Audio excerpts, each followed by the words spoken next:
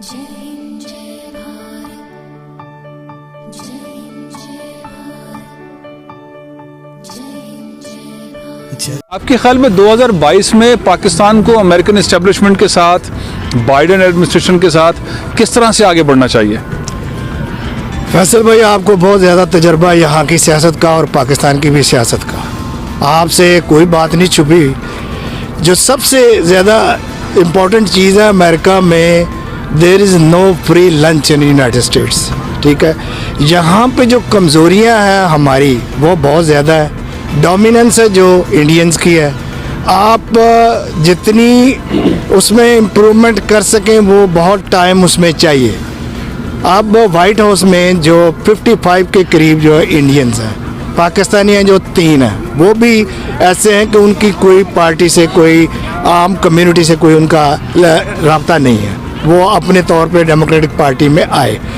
जो यहाँ की जो डायस्पोरा है, जो कम्युनिटी है, वो बहुत ज़्यादा रोल प्ले कर सकते हैं उसमें ये पीटीआई का चैप्टर बनाने की बजाय ये एक शोगल मेले की हद तक तो ठीक है, लेकिन जो जेन्युइन काम है इनका यहाँ पे मेन स्ट्रीम जो पॉलिटिक्स है वो ज़्यादा पार्ट प्ले कर सकते हैं फॉरेन पॉलिसी के साथ। ये जिसके साथ साथ हमारे जो एम्बेसडर्स हैं, जो सफारत। अच्छा, आपको लगता है 2022 में प्रेसिडेंट बाइडेन जो है वज़ीर आज़म पाकिस्तान को दावत दे देंगे, फ़ोन पे बात कर लेंगे, कोई ब्रेक थ्रू हो जाएगा? ये लगता तो नहीं है जिस तरह हालात जा रहे हैं दोनों ममालिक के, क्योंकि खान साहब एक बहुत ज़्यादा स्टांस लिए हुए हैं। जैसे पहले हमारे हुक्मरान थे कि अमेरिका के लिए कुछ भी करने को तैयार हो जाते थे, वो बराबरी की सतह पे बात कर रहे हैं पाकिस्तान की और यूनाइटेड स्टेट्स की। पाकिस्तानियों को तो बहुत अच्छी लग रही है ये बातें सारी। नहीं, बात ही ये प्रैक्टिकल नहीं है ना। अच्छा, ये अब झुक के पाकिस्तान चले नहीं, ये नहीं हो। अब वो झुकना तो वो झुक नहीं ना रहे। वो खान तो नहीं झुकेगा ना भाई। इसलिए ये जो बाइडेन के जो एडवाइजर्स हैं, जो व्हाइट हाउस में स्पीच राइटर हैं, जो सुपरवाइजर्स हैं, जो उनके फॉरेन पॉलिसी के, सब इंडियन हैं। जितनी देर तक पॉजिटिव यही बात मेरी चुगताई साहब आपसे भी सवाल है। आपने कौसर जावेद साहब का तज्जिया सुना, वो कहता है कि 2022 में पॉसिबल नज़र नहीं आ रहा कि सदर बाइडेन कॉल करेंगे या रब्ता करेंगे या उन्हें इनवाइट करेंगे खान को। आपका क्या ख्याल है? मैं समझता हूँ कि मैं इत्तफाक करता हूँ कौसर जावेद साहब से इस बात से। 2022 में भी नहीं आएगा, 23 में भी नहीं आएगा, अगले इलेक्शन के बाद आएगा इंशाअल्लाह। तो मैं ये समझता हूँ। तो एक दो चीज़ें मैं ऐड करना चाहता हूँ। एक ये कि यहाँ पे अमेरिका में जो पाकिस्तान की सियासी जमातें हैं उनका कोई लायामल नहीं होना चाहिए, उनकी बिल्कुल कोई ज़रूरत नहीं है। उसकी बजाय पीटीआई खान साहब को चाहिए कि यहाँ पे एक थिंक टैंक लॉबी बनाई जाए, जो पाकिस्तानी लॉबी हो, जो पाकिस्तान के बिहाफ अमेरिकन सियासतदानों से, लॉ मेकर से मिलके पाकिस्तान के बिहाफ काम करे। Last but not the least, small business के लिए मैंने बात अर्लियर की थी कि small business backbone of the industry in United State. मईशत पाकिस्तान में भी ऐसा है। खान साहब को स्मॉल बिजनेस लोगों को इंसेंटिव देने चाहिए। वहाँ पे बहुत टैलेंट है, इंसेंटिव दे के उनको आगे ले आएँ और इंशाल्लाह पाकिस्तान की मईशत बहुत जल्दी आगे जाएगी। अरे, आप क्या समझते हैं 2022 में खान साहब की और बाइडेन साहब की मुलाकात हो जाएगी, फ़ोन पर रब्ता हो जाएगा, कोई ब्रेक थ्रू होगा? मैं ये समझता हूँ कि फैसल भाई, हमें उसमें ये देखना चाहिए कि जो पेंटागन और जीएचक्यू का रिलेशन है, ठीक है, army to army, military to military, वो थोड़ा होता है, ज़्यादा होता है, लेकिन एक बैकडोर जनरल से दोनों का आपस में रब्ता है, पाकिस्तान आर्मी का और पेंटागन अमेरिका का। वो तो जाहिर है अफगानिस्तान से लिपटा हुआ है तो रहेगा जी। तो इसी तरह से जो हमारी पॉलिटिकल साइड है उसको भी हमारे पॉलिटिकल लीडर्स के अंदर इतनी एबिलिटी और इतने गट्स ज़रूर होने चाहिए। मुझे बहुत अफसोस है कि अमेरिकन पॉलिटिकल ऑफिसर जो है हमारे शेख रशीद को मिली है, वो कहती है वो जो कह रहा था मुझे समझ नहीं है और मैं जो उसको समझा रही थी उसको समझ नहीं है, ठीक है। तो जब हमारे स्टेट मिनिस्टर्स का ये हाल है तो उससे नीचे जो लेवल है उसका क्या हाल होगा? जब आप बात समझा नहीं पा रहे और अगले की बात समझ नहीं रहे और आप तो कैसे तलकात बेहतर हो सकता है ना कि पॉलिसी यही हो। वहाँ पर दुनिया में ये तो पाकिस्तान का काम है। हर एक मुल्क में उनकी एम्बेसी, वो एम्बेसडर बैठकर क्या कर रहे हैं वहाँ पर। कई बार हमने उनसे कहा, जब हम इमरान खान साहब से भी मिले, उनको ये रिक्वेस्ट की कि एक सेल होनी चाहिए कश्मीर के बारे में, जो मुजालिम वहाँ पर हो रहे हैं दुनिया हाईलाइट करें, उसको हाईलाइट किया। क्या वो हाईलाइट कर रहे हैं? There is no policy as such for Kashmir. और दूसरी बात यह है कि ये क्यों इनकी फॉरेन पॉलिसी जो पाकिस्तान की अनफॉर्चुनेट इज वेरी वीक, क्योंकि कोई प्लान ऑफ एक्शन है ही नहीं। अगर वो मुजालिम करते, इतने आए दिन कल ही उन्होंने 6 जवानों को शहीद किया, किसको पता है? या फ़लस्तीन में 3 लोग शहीद हो जाए तो सारी दुनिया को पता चल जाए। कुछ देर पहले जब 200 फ़लस्तीनियों को मार दिया था, उसमें 65 बच्चे भी थे। न्यूयॉर्क टाइम्स में उनकी तस्वीरें छपी हुई थी। यानी कि आप कह रहे हैं कि पाकिस्तान को, गवर्नमेंट ऑफ पाकिस्तान को, पाकिस्तानी एम्बेसी को, कौंसल जर्नलिस्ट को एक्टिव होने की जरूरत है, डेली बेसिस पे कुछ सेल बना के। एब्सोल्युटली डेली बेस पर, ताकि दुनिया को करे मोदी वहां क्या कर रहा है। अभी वहां के मोदी के गवर्नमेंट ने एक स्टेटमेंट इशू किया, वहां पर एक फंक्शन, उन्होंने कहा मुसलमान का कत्लेआम किया जाए। हाँ, ऐसा इवेंट हुआ। और एक नहीं, 4, 5, 6 स्पीकर्स थे। दुनिया ने क्या एक्शन लिया? मान लीजिए अगर कोई और कौम होती, अगर मुसलमान मुल्क होता, वो कहता हिंदुओं का या ईसाइयों का कत्लेआम होना चाहिए, उनका क्या रिएक्शन होता?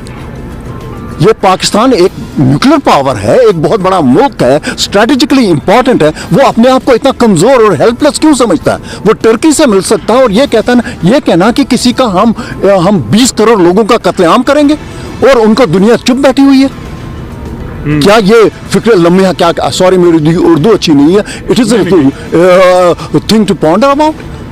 तो ये मैं तो पाकिस्तान का टोटल इनएक्शन देख रहा हूँ उनके साथ। कोई पॉलिसी नहीं है, कोई लॉन्ग टर्म पॉलिसी, कोई शॉर्ट टर्म पॉलिसी नहीं है। 2022 में क्या करना चाहिए इमरान खान साहब को खास तौर पर? ताकि एक्टिव इस्लामिक मुल्कों को एक्टिव करना चाहिए, उनको ये स्टे हाईलाइट करना चाहिए। अभी OIC की कॉन्फ्रेंस की, उसके अंदर कश्मीर को ज्यादा हाईलाइट किया। नहीं, एक्शन क्या हुआ? एक्शन आप कह रहे हैं क्या? Action- आपके ख्याल में क्या एक्शन करना चाहिए इमरान को? देखिए जी, आपको नहीं पता, sorry I don't mean that, Yeah. कि ये बिलियंस ऑफ डॉलर्स सऊदी अरब से, यूनाइटेड अरब एमिरेट्स से इंडियंस कमाते हैं। अगर उन पर कुछ फर्क पड़ जाए, इंडियन इकोनॉमी क्रैश हो जाए। इंडियन इकोनॉमी भी इतनी अच्छी नहीं जा रही है।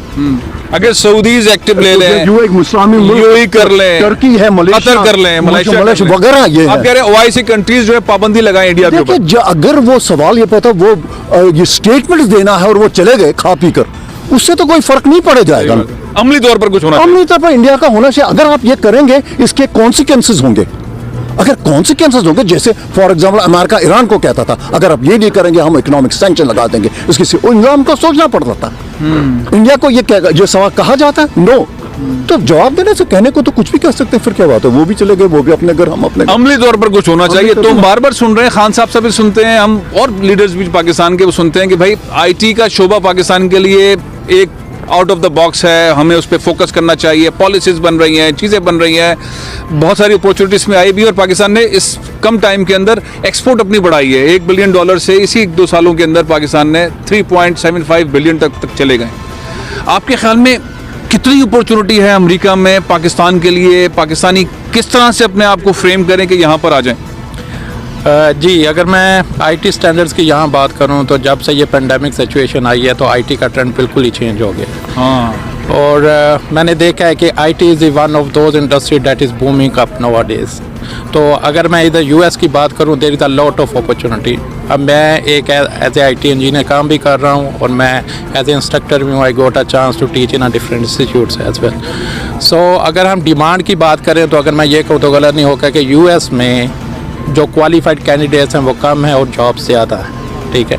और अब अगर हम बात करें कि ऑफ शोर्स की, जैसे इंडिया है और सिंगापुर है, अदर कंट्रीज़ हैं, यकीन माने अगर मैं कहूँ कि ये गलत नहीं होगा कि 50% उनकी जो इकोनॉमी है वो यहाँ से चल रही है। इंडिया की इकोनॉमी 50% पाकिस्तान से, अमेरिका से चल रही है। अमेरिका से चल रही है। अच्छा, वो कैसे चल रही है? वो कैसे चल रही है कि ऑलमोस्ट जिस कंपनी भी मैंने काम किया है, जिस कंपनी को मैं जानता हूँ, उनका कुछ ना कुछ वर्क ऑफ शोर में बैठा हुआ है जो इंडिया से ऑपरेट इंडिया हो से रहा काम है। कर रहे हैं। आप IT के डेवलपर्स ले लें, आप टेस्टर्स ले लें, आप और जिस मर्जी फील्ड में ले लें, आप इवन के कस्टमर सर्विस की कॉल यहाँ करते हैं वो सीधा वहाँ जाके मिलते हैं। क्या किया जाए? किस तरह से इमरान खान जो चाह रहे हैं, कह रहे हैं, हुकूमत पाकिस्तान जो कह रही है, जिस तरह से आप बात कर रहे हैं, हमें शॉर्ट टर्म प्लान IT की इंडस्ट्री को बढ़ाने के लिए क्या करना चाहिए? मिड टर्म प्लान क्या होना चाहिए? उसका ड्यूरेशन क्या होना चाहिए? किस तरह से हम आगे बढ़ें? जी बिल्कुल। मेरे ख्याल से तो फर्स्ट ऑफ ऑल जो IT की नो हो है वो बहुत लिमिटेड है हम में।